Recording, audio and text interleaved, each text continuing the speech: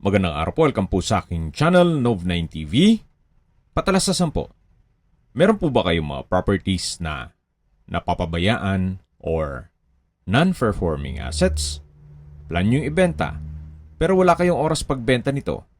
Kung ito'y pagkakatiwala nyo po sa amin, tawag lang po kayo sa aking numero, usap po tayo, gawan ko po ng video for free. Yes, libre po. Wala po kayong babayaran. Tutulungan pa namin kayong mabenta ang inyong property. Kami na po bala sa marketing, sa boosting, pati po sa paid advertisements, even sa tripping. Hindi na po kayo mapapagod sa pag-entertain ng mga buyers. Kami na po bala sa lahat. Tawag lang po kayo.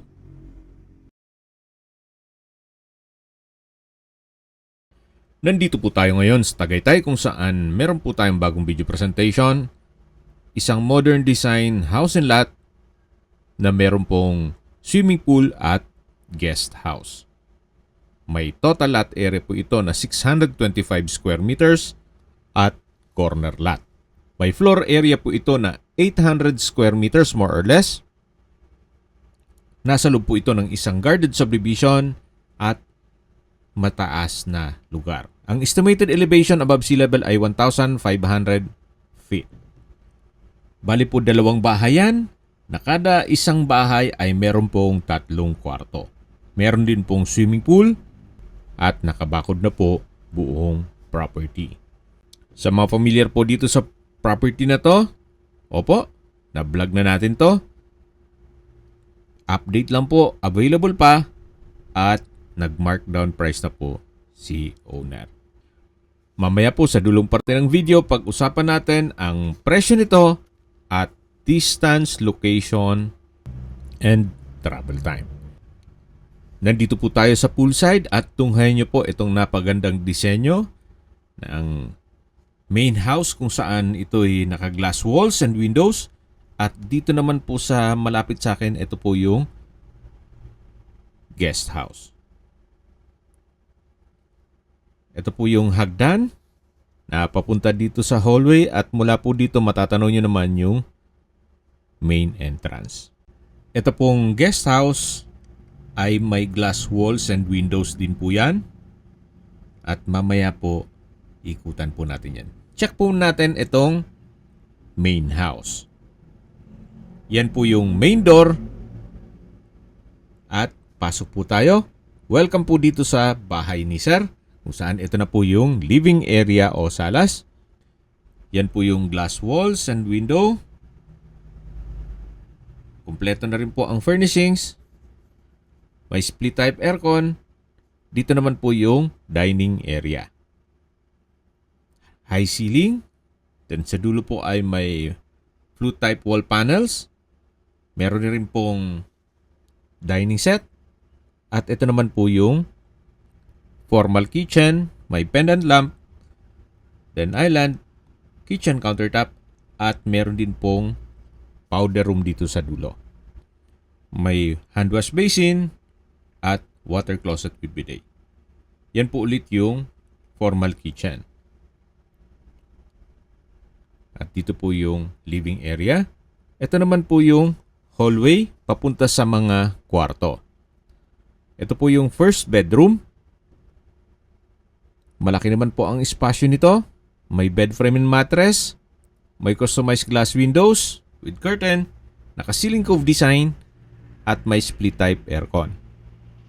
Dito naman po ay yung toilet and bath. Pero bago pumasok doon, meron pong table, then vanity mirror, wardrobe, at ito po yung banyo.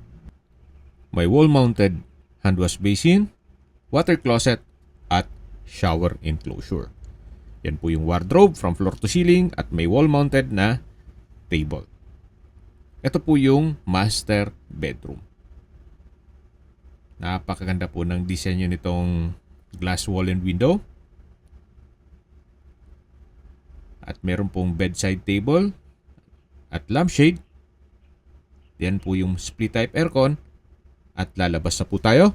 Yan po ulit yung hallway. Ito po yung living area at yung main door. Dito naman po ay may wall panels. Napaganda ng disenyo. At ito po yung second bedroom. Sa spasyo, malaki naman po siya. Naka-ceiling cove design, may pin lamps, may sliding glass window, at may sariling toilet and bath. May hand wash basin, water closet, vanity mirror, at shower enclosure. Ito po ang second bedroom o pangalawang kwarto. At lipat na po tayo dito sa third bedroom na kung saan sa spasyo, hindi naman siya ganun kaliit at hindi naman ganun kalaki. Sakto lang po. May split type aircon, customized glass window, may wardrobe, at may sarili din po itong toilet and bath. May hand wash basin, water closet, at shower enclosure. Naka-tile bathroom wall na rin po yan. Yan po ang third bedroom dito sa main house. At paglabas nyo po dito, ito pong glass wall ay may view naman yan doon sa swimming pool. Nandito po ulit tayo sa may formal kitchen at naka-ceiling cove design po dito. Meron pong ceiling fan at LED lights. Ito po yung main door. Mula naman po dito matatanaw natin yung main entrance at yan po yung guest house. At bibitinin ko po muna kayo bago natin pasukin yan. Dito po muna tayo sa may balkonahe. Mula po dito, tunghayan niyo po. Napaganda po. Yan po yung swimming pool. Meron pong mga Chinese bamboo. At dito naman po yung hallway na papunta sa main entrance. Nandito na po tayo sa guest house. May balkonahe. Meron pong outdoor dining set na may rectangular glass top. At ito naman po yung main door dito sa guest house. Ito po yung living area, dining area at formal kitchen. Naka-high ceiling na rin po yan. May glass walls and windows. Premium tiles ang ginamit sa flooring. Meron pong vanity mirror at meron din pong sariling banyo. Ito po yung tinutukoy ko na banyo na kung saan may hand wash basin, water closet, at dito naman po yung unang kwarto. Malaki naman po ang spasyo. May sliding glass window, split type aircon, bed frame and mattress, at may sariling toilet and bath. Meron din po itong shower enclosure, water closet, at hand wash basin. Ito po yung first bedroom dito sa guest house. Yan po ulit yung dining area, formal kitchen, at living area. Dito naman po yung pangalawang kwarto na kung saan malaki naman ang spasyo. May bed frame and mattress, split type aircon, sliding glass window, may curtain, at meron din po itong sariling toilet and bath. May hand wash basin, water closet with bidet, vanity mirror, overhead shower, at bathroom window. Yan po yung toilet and bath ng second bedroom at meron din pong wardrobe. Paglabas nyo naman po, matatanaw nyo ang formal kitchen, dining area at living area. Yan po yung main door ng guest house at dito naman po yung master bedroom dito sa guest house. Napakalaki po ng espasyo. Naka-glass walls and windows with curtains, T-type aircon, ceiling cove design, bed frame and mattress, bedside table, lampshade, at meron din po itong sariling toilet and bath. May wall-mounted table, wardrobe, sliding glass window with blinds that serves as natural sunlight, at ito naman po yung toilet and bath. May hand wash basin, water closet, shower enclosure, vanity mirror, tile bathroom wall at bathroom window. Yan po yung toilet and bath dito sa master bedroom ng guest house na may access din po yan papunta sa balkonahe. Lalabas na po tayo dito sa guest house. At mula naman po dito matatanaw natin yung main house. At yan po yung balkonahe. Ang kagandahan po dito sa property na to ay income generating. Especially pag pinasok nyo sa Airbnb. Pwede pong itong guest house lang. Kung konti lang naman ang guest. Pero kung maraming guest, pwede na rin isabay itong main house. Kaya magkakaroon po ng option. Kahit po ilang guest lang, pwede ma-accommodate. Then kung malaking guest naman, pwede rin po. Balik po ulit tayo dito sa poolside. Sa dulo po ay may garden set. At yan naman po yung mga Chinese bamboo dito sa concrete fence. At habang naglilibot po tayo, pag-usapan na natin ang distance, location at travel time. Mula po sa Tagaytay Flower Market, ang distance is 1 kilometer at ang travel time is 1 minute. Mula naman po sa Picnic Grove, ang distance is 3.2 kilometers at ang travel time is 6 minutes. Mula naman po sa Tagaytay Rotonda, ang distance is 3 kilometers at ang travel time is 5 minutes.